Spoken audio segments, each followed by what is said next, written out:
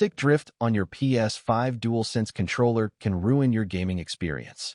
In this video, we'll show you two methods to fix it. One simple and safe, and one more advanced that requires opening the controller. Method 1. Non-invasive cleaning. First, let's try the easy method that doesn't require disassembly. Start by powering off your PlayStation 5 and disconnecting the controller. Take a cotton swab and dip it in 90% or higher isopropyl alcohol. Gently move the analog stick in circles, cleaning around the base of the stick with the swab. Make sure to clean all around the stem while rotating the stick.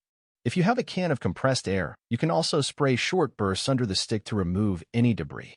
Repeat this process on both analog sticks if necessary. Let the controller dry completely, about 5 to 10 minutes. Once dry, reconnect the controller and test it to see if the drift is gone.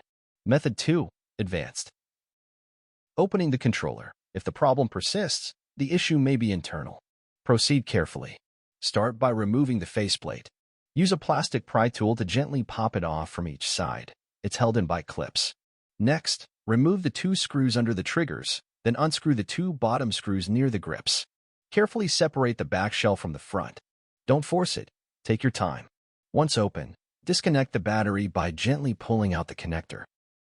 Now unscrew the board securing the inner assembly and gently lift it to access the analog stick modules. Use alcohol and a soft brush or swab to clean around the green modules underneath each stick.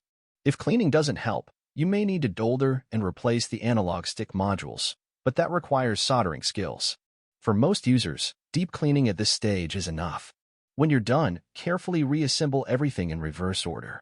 Power your controller back on and test it out. If the drift is gone, great job. If not, replacing the joystick module is your final option, or consider professional repair. Thanks for watching. Like and subscribe for more tech repair tips, and happy gaming.